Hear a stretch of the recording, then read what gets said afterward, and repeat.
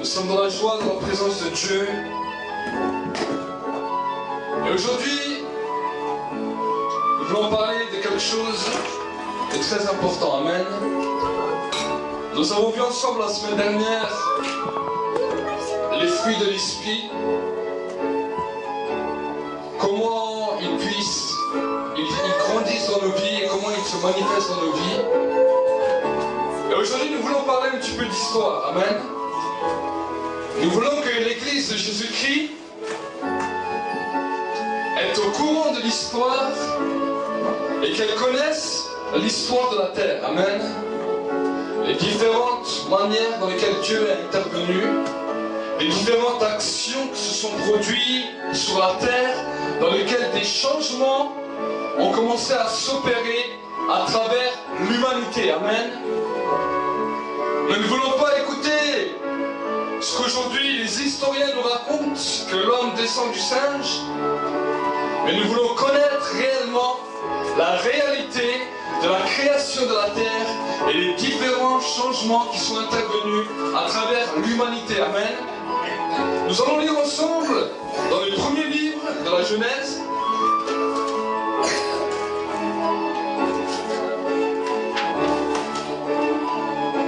Genèse 1er, verset 1. La Bible dira: au commencement, Dieu créa le ciel et la terre. La terre était informe et vide, et il y avait des ténèbres à la surface de l'abîme. Mais l'Esprit de Dieu planait au-dessus des eaux. Dieu dit que la lumière soit, et la lumière fut. Dieu vit que la lumière était bonne, et Dieu sépara la lumière d'avec les ténèbres. Dieu appela la lumière jour, et il appela les ténèbres nuit. Il eut un soir, il eut un matin, ce fut un jour. Dieu dit qu'il y a une étendue entre les eaux pour séparer les eaux des eaux. Dieu dit donc cette étendue sépara les eaux qui sont en dessous des eaux. Amen. Nous allons continuer ensemble dans le verset 20. Dieu dit que les eaux se mettent à grouiller d'êtres vivants et que sur la terre, des oiseaux voient sous l'étendue céleste. Dieu créa selon leur espèce des grands monstres marins et tous les êtres vivants qui nagent et dont les eaux se mirent à grouiller. Il créa aussi toute espèce d'oiseaux ailés selon son espèce. Dieu vit que cela était bon. Dieu les bénit en disant: soyez féconds, multipliez-vous et remplissez les eaux des mers et que les oiseaux se multiplient sur la terre. Il eut un soir, il eut un matin, ce fut un cinquième jour. Dieu dit que la terre produise des êtres vivants selon leur espèce, bétail, reptiles, animaux, terrestres, chacun selon son espèce. Il en fut ainsi. Dieu fit les animaux de la terre selon leur espèce, le bétail et son espèce, et tous les reptiles du sol selon leur espèce. Dieu vit que cela était bon. Dieu dit: faisons l'homme à notre image, selon notre ressemblance, pour qu'il domine sur les poissons de la mer, sur les oiseaux du ciel, sur le bétail, sur tout ce qui rampe, et sur tous les reptiles qui rampent sur la terre. Dieu créa l'homme à son image, il le créa à l'image de Dieu. Hommes et femmes, il les créa. Dieu les bénit et Dieu leur dit: soyez féconds, multipliez-vous, remplissez la terre et soumettez-la. Dominez sur les poissons de la mer, sur les oiseaux du ciel et sur tout animal qui rampe sur la terre. Dieu dit: voici, je vous donne toute herbe porteuse de semences et qui est à la surface de toute la terre, et tout arbre fruitier porteur de semences, et ce sera votre nourriture. Amen. Amen. Nous voyons ici la première étape de la création de la terre. Amen. La Bible nous dit que quand Dieu créa la terre n'avait aucune forme et la terre était vide. Amen. Et quand Dieu a commencé à créer la terre, il a commencé, regardez ce que la Bible nous dit.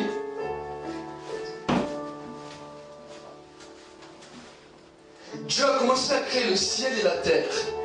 Et il a commencé à mettre la lumière. Amen. La lumière, il a commencé à faire éclairer le soleil. Et il a commencé à séparer cela. Il a séparé la lumière d'avec les ténèbres, ce qu'on a aujourd'hui, ce qu'on appelle une journée, un jour et une nuit. Amen. Dieu a commencé à créer tous les animaux que nous voyons et que nous connaissons sur la surface de la terre. Et de cette création, il a créé un être à son image et à sa ressemblance qu'il a appelé homme, homme et femme. Amen. Et il leur a donné une particularité, la particularité de dominer et de soumettre tous les animaux, tout ce qu'il avait créé. Amen. Dieu avait donné cette autorité-là à l'homme.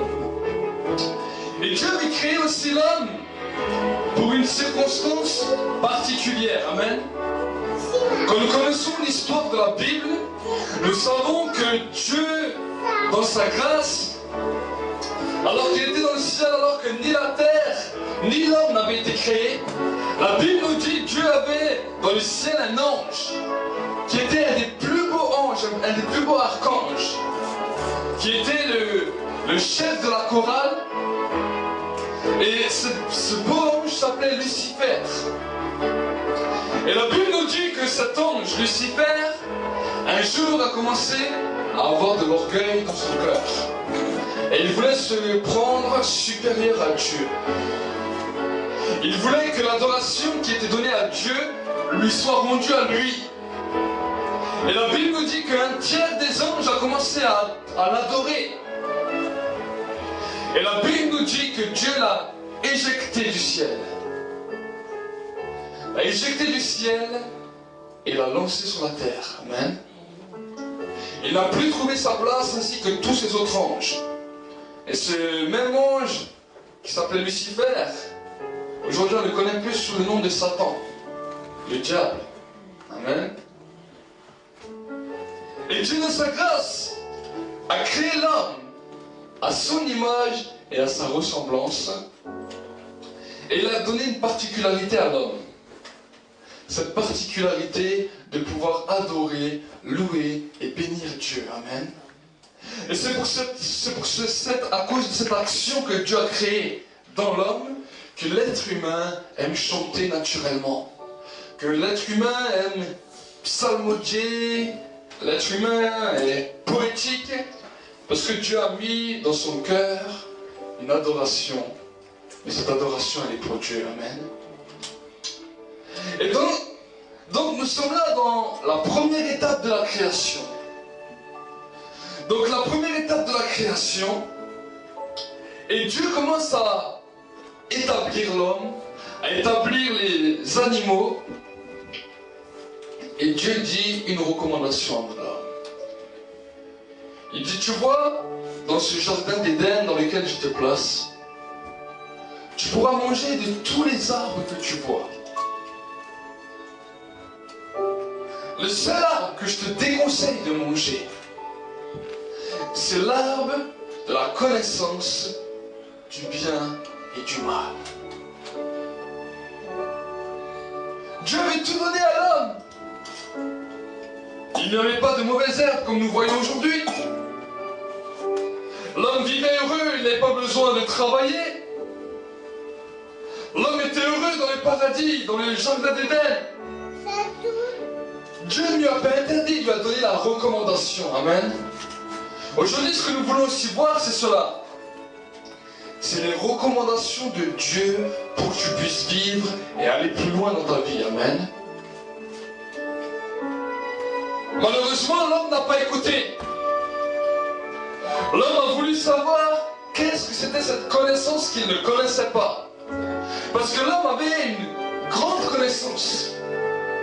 Pour pouvoir dominer les animaux, pour pouvoir gérer tous les jardins d'Éden, Dieu avait donné toute la connaissance, toute l'intelligence. Mais il y avait une connaissance que l'homme ne connaissait pas, et c'était ce fruit défendu. Et la Bible nous dit que le serpent a commencé à séduire Ève. Satan est venu séduire Ève. Et la Bible nous dit que Ève a goûté de ce fruit et en a donné à son mari Adam. Et quand ils ont mangé de ce fruit, la gloire de Dieu a disparu immédiatement de leur vie. Et les raisonnements humains ont commencé à se créer à cet instant. La Bible nous dit, la gloire de Dieu est partie. Et comment elle est partie? Parce qu'ils ont réalisé qu'à cet instant, ils étaient nus. C'est à ce moment-là où la gloire de Dieu les a quittés. Ils ont réalisé qu'ils étaient seuls. Et la Bible nous dit, la première des choses qui s'est passée à l'intérieur de leur vie, ils ont eu peur. La peur était quelque chose, la crainte, l'angoisse, que Dieu voulait épargner à l'homme. Il a dit, le jour où tu commences à goûter à cela, tu mourras.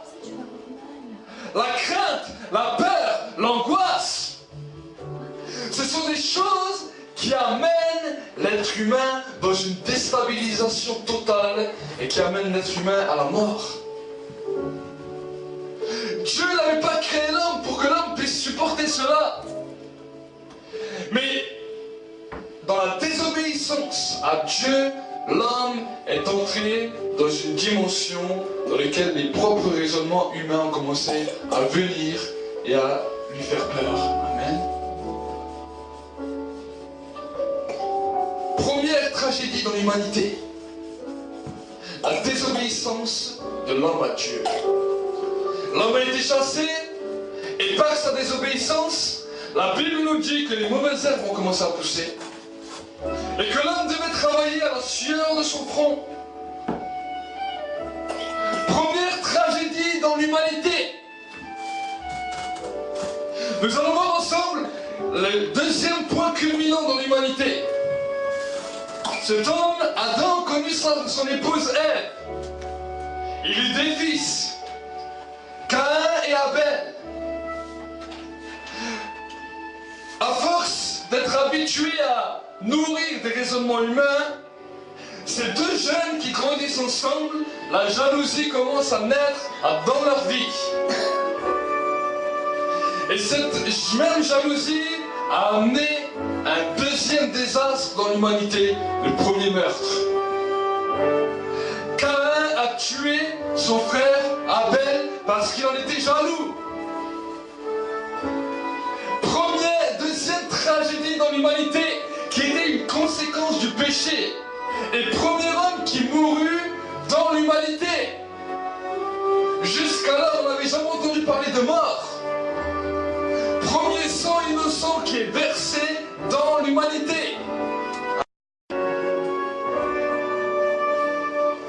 Et la Bible nous dit, continue.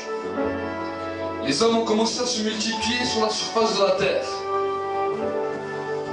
Et les hommes ont commencé à devenir idolâtres. La création des idoles ne date pas d'aujourd'hui. Mais la Bible nous dit que les hommes ont commencé à devenir idolâtres. Ils ont commencé à adorer les idoles qu'ils ont faites de leurs mains. Amen. Et Dieu, la Bible nous dit qu'il commence à chercher à travers l'humanité. Chercher des gens qui étaient justes et qui marchaient encore avec lui. Il a trouvé Enoch. Il a trouvé Noé. Et quand il a sauvé ces hommes, Enoch l'a emmené avec lui. Noé, il avait décidé d'en faire une seule nation. Parce que les êtres humains n'écoutaient pas sur la terre. Il a dit, voilà Noé, tu vas construire un bateau. Et toi et ta famille et tous ceux qui entreront avec toi, je les sauverai du désastre qu'il y aura sur la terre. Ceux qui n'entreront pas et qui ne t'écouteront pas resteront dehors et mourront. Voilà le message de Noé. La Bible nous dit, les gens, quand ils entendaient Noé, ils ont commencé à rire. Parce qu'il y avait une chose qui était déterminante, il n'y avait pas encore eu de pluie sur la terre. Dieu avait séparé les eaux douces des eaux salées, mais sur la terre, il n'y avait jamais eu de pluie. Et quand Noé commence à annoncer que la pluie va tomber sur la terre, les gens commencent à rigoler. Pourquoi? Parce que quand quelque chose n'est jamais arrivé sur la terre, et quand une personne commence à déclarer cette chose, les gens qui sont ignorants rigolent souvent. Amen. Et personne n'a voulu rentrer dans ce bateau excepté Noé et sa famille. Et la Bible nous dit, le premier grand désastre est arrivé sur la terre, le déluge, dans lequel toute la création sont morts, excepté Noé, sa famille, et un animal, mâle et femelle de chaque espèce. Tout le reste est mort. À la fin du déluge, la Bible nous dit que Dieu a regretté. Amen. Et dans son regret, il a fait la première alliance avec l'humanité tout entière. Il a donné premièrement les saisons, ce qu'on appelle été, automne, hiver, printemps. Et il a dit, chaque fois qu'il pleuvra, il y aura un arc-en-ciel dans lequel tu te souviendras de l'alliance que j'ai conclue avec toi. Amen. Voilà la première alliance que Dieu crée avec l'homme, dans laquelle Dieu déclare, je ne détruirai plus jamais la terre par un déluge. Amen. Et l'être humain a continué, s'est reproduit, s'est remultiplié, et l'être humain était devenu comme un seul homme. Et la déchéance humaine, l'immoralité humaine, a amené l'homme à vouloir être supérieur à Dieu. Chaque être humain sur toute la surface de la terre parlait le même langage. Et la Bible nous dit, ils ont commencé à dresser une tour pour monter jusqu'à Dieu et pour faire la guerre à Dieu. Cette tour, nous l'appelons aujourd'hui la tour de Babel. Amen. Et quand Dieu a vu que l'homme s'est uni contre lui, il a dit, nous allons confondre leur langage. Et à partir de ce moment-là, le lendemain, plus personne ne se comprenait. Il parlait allemand, l'autre portugais, l'autre espagnol, l'autre italien. Et ils sont tous partis aux quatre coins de l'humanité. Amen. À partir de ce moment-là, on commençait à se créer ce qu'on appelle les ethnies, les races que nous connaissons aujourd'hui, avec leurs différents territoires et leurs différents langages, chose qui n'existait jamais avant. Et Dieu a commencé à regarder l'homme. Il a commencé à regarder le cœur de l'homme. Et Dieu a dit, il n'y a aucun homme qui est parfait, qui est bon sur cette terre. Tous sont pécheurs et sont privés de ma gloire. Le cœur de l'homme est tortueux et pécheur par-dessus tout. Toi comme moi, nous ne sommes pas parfaits. Et Dieu a dit, je ne peux pas sauver l'être humain. Parce que l'être humain n'est pas bon. Alors je vais parler à une personne. Si elle croit à ce que je lui dis, alors je sauverai les hommes et les femmes qui sont des hommes et des femmes de parole et qui croient quand moi je leur parle. Amen. La Bible nous dit, Dieu parla à Abraham. Et la Bible me dit que l'ironie de ça, c'est qu'Abraham crut et ça lui fut compté comme justice. Amen. À partir de ce jour, Dieu commence à sauver l'humanité à travers le moyen de la foi. Amen. Dieu commence à sauver l'humanité par le moyen de la foi. C'est pour cela qu'Abraham, on l'appelle le père de la foi. Parce que jusqu'avant, il n'y avait que de l'idolâtrie, ou des gens soit qui étaient justes. Mais à partir d'Abraham, il y avait les hommes de foi et les idolâtres. Il n'était ni question de religion, ni question de loi, mais il y avait seulement des hommes de foi et des hommes idolâtres. Amen. Voilà le nouveau tournant dans la vie de l'humanité. Dieu pouvait sauver des hommes par la foi. C'est-à-dire que si Dieu parlait et qu'un homme le croyait, Dieu le sauvait par sa foi. Amen. C'est là que les différents prophètes ont commencé à apporter des messages de la part de Dieu. Et la Bible nous dit que dans sa grâce, Dieu a fait une promesse à Abraham. Il a dit, je te bénirai et je donnerai une bénédiction à ta descendance, un pays promis pour toi et ta descendance. Amen.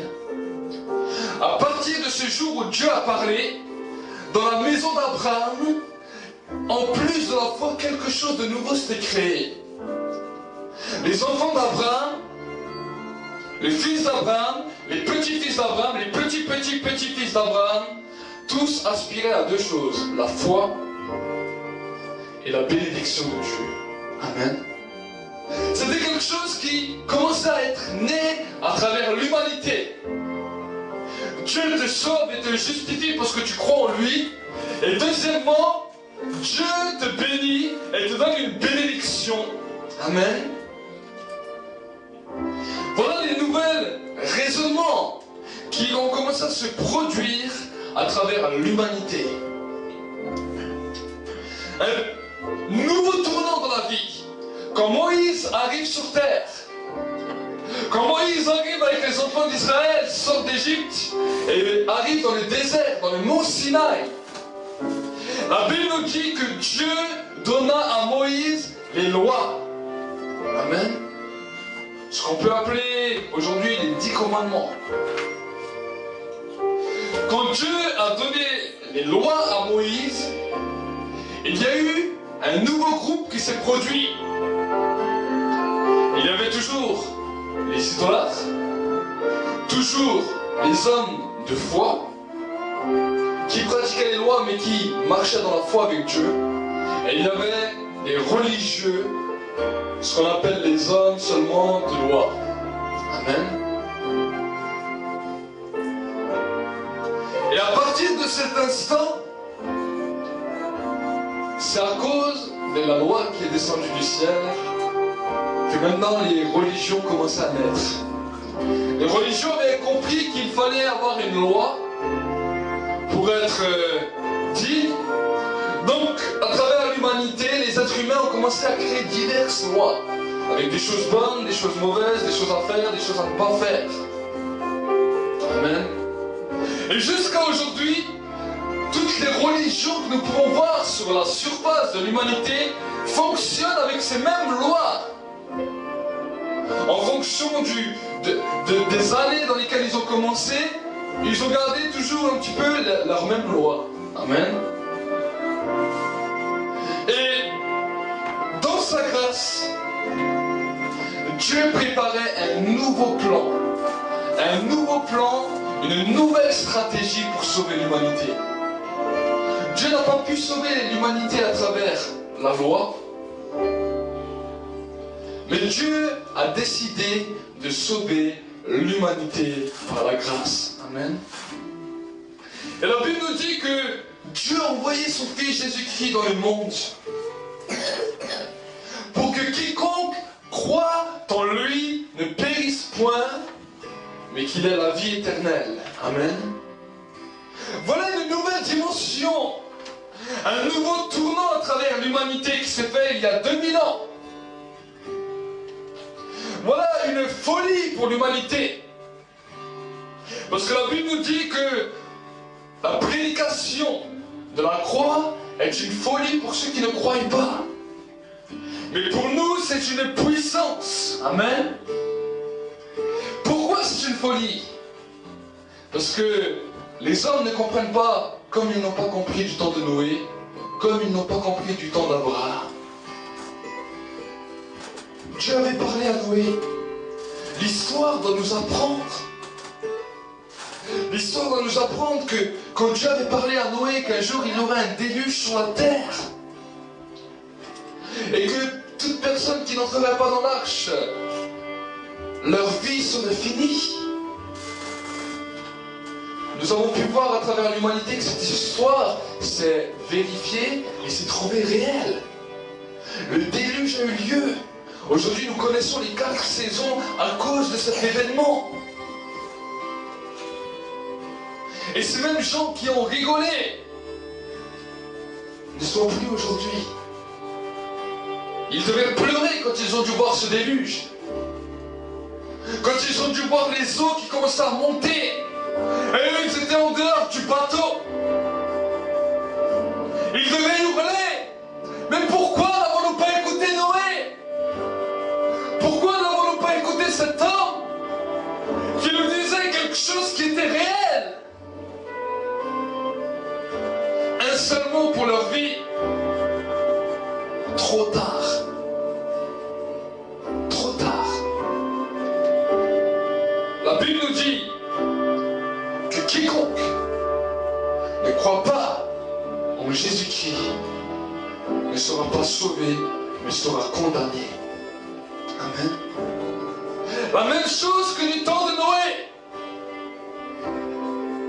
Et aujourd'hui, certaines personnes rigolent. Parce qu'ils disent, mais c'est une folie, c'est une hérésie. Mais la Bible est claire. Et le Saint-Esprit interpelle l'humanité à se tourner vers Jésus. Amen. Nous devons apprendre de l'histoire et croire pour ne pas un jour dire trop tard. Amen. Un jour, il n'y aura pas le déluge, mais il y aura l'éternité. Soit pour le paradis, soit pour l'enfer. Et la Bible nous dit toute personne qui ne se trouve pas inscrit dans le livre de vie n'aura pas la place dans l'éternité. Amen. Nous devons être inscrits dans le livre de vie. Nous devons être inscrits sur le registre de la cité du ciel. Amen. Voilà les différents tournants qui ont bouleversé l'humanité. Amen. Les différents tournants dans lesquels le diable a voulu influencer l'homme, parce que la Bible nous dit que sa fin à lui est proche. Pour lui, il n'y a pas de retour. Et mon ami, mon frère, ma soeur, j'aimerais te dire que le diable veut t'entraîner dans le péché, t'éloigner de Dieu, pour que tu périsses avec lui en enfer. Le but de Dieu, c'est de te sauver, de te préserver et de te garder. Aujourd'hui, le péché n'est pas interdit. Parce que l'apôtre Paul dira, tout m'est permis, mais tout n'est pas utile. Amen. Quand Dieu nous met en garde du péché, il nous met en garde à cause de ton éternité. Amen. Il ne te dit pas, tu ne dois pas pécher. Il te dit, si tu pêches, tu mourras. Amen. Ce n'est pas une obligation, mais c'est un ultimatum. Amen. Dieu interpelle l'humanité, Dieu interpelle l'Église. Il ne te dit pas, c'est interdit de pécher. Il ne te dit pas, tu ne dois pas pécher. Mais il te dit, si tu pêches, tu mourras. Amen. Le langage de Dieu est bien différent que le langage des hommes. On nous a habitués à dire c'est interdit, c'est pas bien, c'est pas permis. Dieu, ce n'est pas son langage. Dieu ne te dit pas c'est interdit. Dieu te dit si tu fais, tu meurs. Amen. Le salaire du péché c'est la mort, mais le don gratuit de Dieu manifesté en Jésus-Christ, c'est la vie et la vie éternelle. Amen. Voilà la nouvelle dimension. Et Dieu le sait aussi. Pourquoi Dieu nous met en garde et ne nous interdit pas? Parce que Dieu a compris qui est l'homme? Parce que c'est lui qui l'a créé. Dieu sait très bien que s'il dit à l'homme, tu ne le fais pas, l'homme va le faire. Amen. Quand tu as des enfants et tu leur dis, ne touche pas à ça, ils vont exprès toucher. L'être humain est pareil. Si Dieu aurait dit, le péché est interdit, nous irons tous pécher. Et malheureusement, c'est ce qui a pu se produire des fois dans l'église. Parce qu'on n'a plus compris le langage de Dieu, et on a dit le péché est interdit. Et à partir de ce moment-là, beaucoup ont péché. Amen. Ce n'est pas le langage de Dieu. Tout est permis, mais tout n'est pas utile. Tout est permis. Tu peux faire ce que tu veux. Mais Dieu te dit une parole. Sache que si tu pêches, tu mourras. La même parole qu'il a dit dans le jardin d'Éden. Aujourd'hui, nous voyons encore la conséquence du péché. Quand la mort commence à toucher, les personnes qui sont autour ressentent cette douleur, sont affectées par cette douleur. La mort a détruit l'humanité. Dans certains pays, on se tue pour presque rien. L'homme a cru qu'il était capable de pouvoir être un maître en matière de savoir qui devait vivre ou mourir.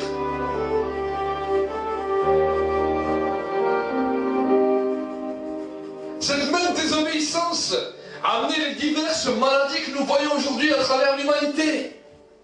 Dieu n'avait pas créé l'homme pour vieillir et mourir, pour être malade. Mais Dieu avait créé l'homme pour qu'il puisse vivre en bonne santé et vivre éternellement. Mais la désobéissance au commandement de Dieu a amené le désastre dans l'humanité. Amen. Ce qui détruit la terre, ce qui détruit l'humanité, ce n'est pas simplement la pollution comme on voudrait nous le dire. Mais ce qui détruit réellement la terre, c'est le péché et le sang innocent versé.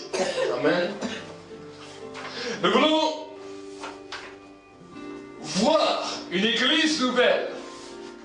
Nous voulons voir une église qui a un langage nouveau. Et qui a le langage de Dieu dans sa bouche. Amen.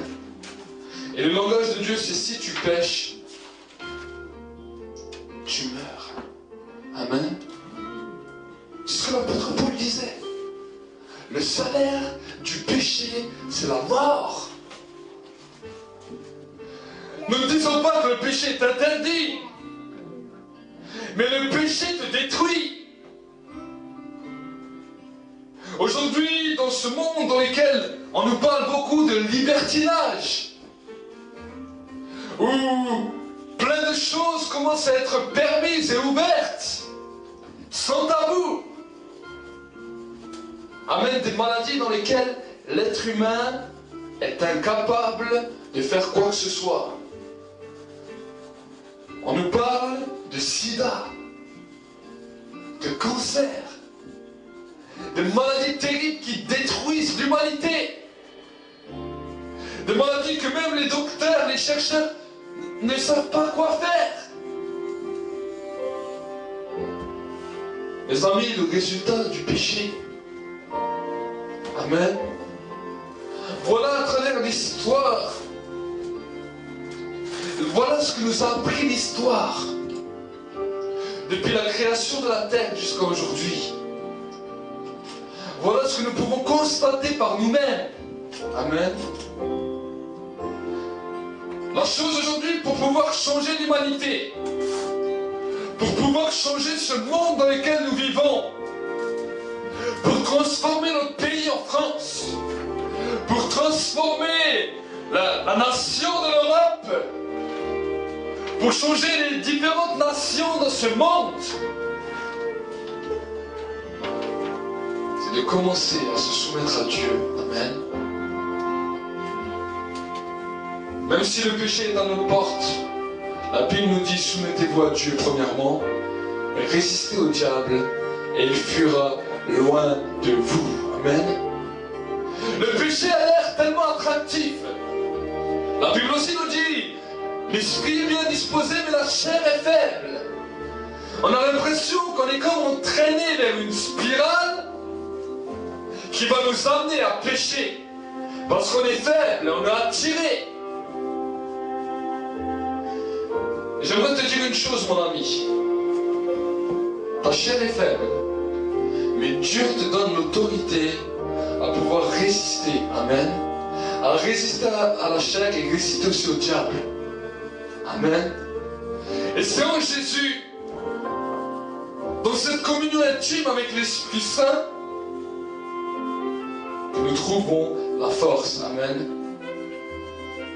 Si le diable vient te proposer un péché, alors commence à lui dire, c'est peut-être beau ce que tu me proposes, mais si je touche à ça, je mourrai. C'est Dieu qui l'a dit. Amen. Le diable est venu chez Jésus. Il a dit, prosterne-toi et adore-moi. Jésus a dit, tu adoreras le Seigneur ton Dieu et tu offriras un culte à lui tout seul. Amen. Jésus ne lui a pas dit, c'est interdit, je ne dois pas t'adorer. Mais Jésus lui a dit, il est écrit, Dieu a dit. Amen. Parce que si tu commences à venir chez le diable en lui disant c'est interdit, regardez ce qui s'est produit. Dieu n'a jamais dit à Adam et Ève que c'était interdit de goûter aux fruits de la connaissance du bien et du mal. Dieu a dit à Adam et Ève, le jour où tu en mangeras, tu mourras. Et peut-être la femme a dit au serpent, mais c'est interdit. Le diable a dit, mais non, c'est pas interdit. Peut-être le diable te propose des péchés des fois dans ta vie, et tu lui dis, c'est interdit, j'ai pas le droit. Il a peut-être même un regret, maintenant je suis enfant de Dieu, je peux pas. Ça arrive à chacun d'entre nous. Mais ce n'est pas la meilleure des manières de combattre. La meilleure des manières de combattre, c'est si je touche, je meurs. Amen. À part les personnes qui veulent se tuer, j'en ai rarement vu qui mettent les doigts dans les prises électriques pour avoir des coups de jus, à moins qu'ils soient un petit peu fêlés. Je n'ai jamais vu une personne conditionnée normalement s'amuser avec l'électricité juste pour avoir quelques coups de jus. Personne t'a dit de ne pas toucher. Et tu sais que si tu touches, tu peux mourir. Amen. Si tu touches, tu mets tes deux doigts sur le pôle plus et le pôle moins. Non seulement tu reçois une décharge électrique, mais tu peux mourir sur le coup. Eh bien, je veux te dire, mon ami, mon frère, ma soeur, le péché, c'est la même chose. Il y a la borne positive et la borne négative. Et quand tu touches ces deux, ce qu'on appelle l'action du péché. Et cette même action peut te détruire. On a vu des êtres humains qui ont été détruits suite au péché. On a vu l'humanité se détruire, se détériorer à cause du péché. Mais dans sa grâce, Jésus a donné sa vie, son sang a coulé pour libérer l'homme du péché, de l'esclavage du péché, pour libérer l'homme de la mort et pour libérer l'homme de toutes ses maladies. Amen. La Bible nous dit qu'il s'est chargé de toutes nos maladies, de toutes nos infirmités, de toutes nos peurs, de toutes nos angoisses. Mais ce qu'il demande à l'humanité, ce qu'il demande aux nations, ce qu'il demande à notre pays, c'est de se tourner vers lui. De se tourner vers lui. Et vous recevrez le Saint-Esprit survenant sur vous pour être mes témoins en Jérusalem, en Judée, en Samarie et jusqu'aux extrémités de la terre. Dieu est juste. Dieu est juste dans son jugement. Et aujourd'hui, la même parole qu'il dira à l'Église, la même parole qu'il te dira dans ta vie, il n'a jamais interdit le péché. Mais ce qu'il dit, si tu touches, tu meurs. Amen. Amen. Aujourd'hui, on est là dans un monde dans lequel on banalise le péché. Ce n'est pas grave, le péché. On condamne, bien sûr, le vol. Mais on laisse la liberté à bien d'autres péchés, dans lesquels on appelle ça, on est libéré, on est sans tabou. L'adultère va de bon train. L'homosexualité va de bon train. Le mensonge va de bon train. Et on continue, on dit, ah, mais c'est pas grave de mentir. C'est pas grave un petit péché. La pornographie va de bon train. L'être humain est à l'aise avec ces choses. Et si tu commences à ne pas faire cela, il te trouve bizarre. Ces mêmes choses amènent l'être humain dans une déchéance morale et physique. Physique par les maladies. Morale par une psychosomatie. Et l'être humain commence à perdre la tête. À être malade. De plus en plus, on nous parle de psychologues, de psy, de psychanalystes. Pourquoi? Parce que l'être humain a réalisé qu'à travers l'humanité, il y a un problème. Mais même tous ces hauts docteurs, toutes ces personnes avec des beaux papiers, n'ont aucune solution pour l'humanité. Amen. Et ce sont ces mêmes gens qui veulent donner des leçons à travers l'humanité, alors que peut-être eux-mêmes sont malades. Amen. J'aimerais vous dire, il n'y a de salut et de résultats concrets en aucun autre nom que celui de Jésus-Christ. Toutes ces autres choses, doctorat ou doctrine, sont des bonnes motivations, mais ne changeront jamais l'humanité. Amen. L'Église de Jésus-Christ doit se lever avec le message déterminant. Comme un jour Noé s'est levé. Noé n'a pas eu honte d'aller dire à ses concitoyens, un déluge arrive. Si vous n'entrez pas avec moi, vous périrez tous. Et l'histoire nous a montré que cela est arrivé. Amen.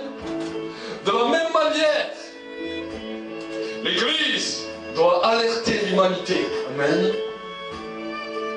On n'a jamais dit que le péché est interdit. Mais si tu touches au péché, tu meurs. Amen. Nous avons vu ensemble la dernière fois les fruits de l'esprit. La caractéristique. Nous avons vu ensemble comment grandir dans la vie de l'esprit, avec les fruits de l'esprit, comment manifester ces fruits dans nos vies. Amen. Nous avons vu quel était le travail du Père. Amen. Et voilà, maintenant, aujourd'hui, nous voulons apprendre à connaître l'histoire des nations. Amen. L'histoire de l'humanité, parce que nous vivons sur terre. Et tant que nous sommes sur terre, c'est notre pays, notre nation. Amen. La terre est notre nation. Ici, nous vivons en France, donc la nation de France, c'est notre nation. Mais en tant qu'être humain, la terre est notre nation. Et nous avons besoin de connaître l'histoire de notre nation pour pouvoir grandir et pour pouvoir connaître les erreurs que nos prédécesseurs ont fait pour ne pas faire les mêmes erreurs. Amen. L'être humain est tellement devenu fou qu'il a commencé à dire que l'homme descend du singe. Amen. Alors que quand nous lisons la Bible, quand nous lisons la parole, nous voyons que ceux qui ont dit que l'homme descendait du singe, on ne sait pas d'où ils ont cherché leur théorie, parce qu'il n'y a rien bibliquement qui prouve cette théorie. Amen. Désolé à vous de vous dire, monsieur le scientifique, la parole de Dieu ne nous dit rien de ce que vous nous racontez. Amen. Et ce que vous racontez même dans les écoles, ce sont des mensonges. Égarer les enfants déjà. Mais nous devons avoir un message prédominant dans lequel les nations du monde ont besoin d'entendre. Amen. Le péché amène à la mort. Amen. Leader d'église, pasteur, ne dis pas toujours le péché est interdit, mais explique aux gens que si les gens pêchent, les gens meurent. Amen. Combien de personnes n'ont pas voulu écouter, ont commencé à pécher, ont été frappés par des maladies terribles. Et après, ils n'avaient que les larmes pour pleurer. Que les larmes pour pleurer. Mais tant que tu es sur cette terre, il n'est pas trop tard pour bien faire. Amen. Amen. Donc nous allons prier ensemble. Prier réellement pour que cette conviction de péché saisisse profondément ta vie. Amen. Le Saint-Esprit aujourd'hui va interpeller à travers le message de l'histoire la conviction de péché. La Bible nous dit, Jésus nous dira, le consolateur quand il viendra, il convaincra le monde de péché, de justice et de jugement. Mais il a commencé par péché. Amen. De péché, pourquoi de péché? Parce que le monde ne croit pas en Jésus. Amen. C'est ça le péché. Et toutes les autres choses sont une conséquence du premier péché que l'homme ne croit pas. L'homme continue à goûter à sa connaissance du bien et du mal. Cette connaissance qui est tellement faussée, à croire que l'homme descend du singe, à croire à tout plein de balivernes qu'on veut nous faire croire ou nous inculquer. Voilà le péché primordial. L'homme ne veut pas croire que Jésus a donné sa vie et de croire en Jésus, mais il est prêt à croire qu'il descend d'un chimpanzé. Amen. C'est pour cela que le Saint-Esprit vient reconvaincre le monde. Amen. Vient convaincre l'Église. Vient convaincre ta vie de péché. Amen. Amen. Il dira de justice. Parce que moi je vais vers mon Père et que je ne suis plus dans la terre. Et de jugement parce que le prince de ce monde, celui qu'on appelle Satan le diable, a été jugé et qu'il n'y a plus rien à faire pour lui. Amen. Nous ne devons ni avoir de pitié pour lui, mais nous devons lui résister fermement avec une ferme assurance. Amen. Prions ensemble. Merci Seigneur pour ta grâce. Merci Seigneur pour ton amour. Seigneur, tu as voulu nous interpeller à travers l'histoire de l'humanité. L'histoire de l'humanité qui nous apprend énormément de choses, tant sur toi que sur ta personne, que sur les erreurs et les défauts qu'ont fait nos prédécesseurs sur la terre. Seigneur, cela n'est pas simplement là pour les juger, mais pour nous apprendre à marcher dans tes voies. Merci Saint-Esprit que c'est toi qui touches maintenant les cœurs de l'Église, les cœurs du monde, les cœurs des nations, les cœurs de chaque personne qui regardera cette vidéo aussi sur les ondes, sur Internet, de tous les internautes. Merci que c'est toi qui commences à visiter maintenant, à toucher maintenant. Diable impur, toi qui viens avec tes mensonges, je te lis maintenant et je détruis ton autorité. Je viens proclamer maintenant la gloire de Dieu, l'attouchement de l'Esprit Saint, une nouvelle dimension, une nouvelle force pour pouvoir résister au péché. Si tu touches, tu meurs.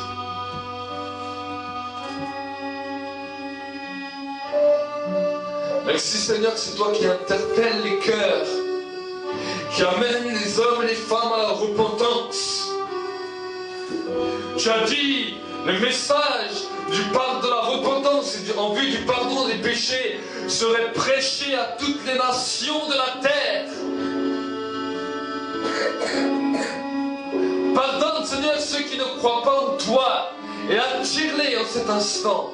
Attire-les Seigneur en cet instant. Si peut-être tu n'as jamais entendu ce message, alors prie avec moi. Dis Seigneur Jésus, aujourd'hui je te donne ma vie. Aujourd'hui j'ai réalisé que j'étais un pécheur parce que je n'ai pas cru en toi. Je te demande pardon pour mes péchés. Je te demande pardon pour ma vie. Je vais accepter que tu es mort pour moi, que tu as donné ton sang pour moi, pour être inscrit dans le livre de vie et me réjouir avec toi éternellement. Dans le nom de Jésus-Christ. Amen. Maintenant, tu es rentré dans la famille de Dieu, que tu puisses trouver une église dans laquelle tu puisses suivre les enseignements et grandir dans la présence de Dieu, grandir dans cette intimité avec Dieu. Amen. Nous allons aussi également prier pour les croyants qui ont peut-être effleuré le péché, joué avec le péché, goûté au péché.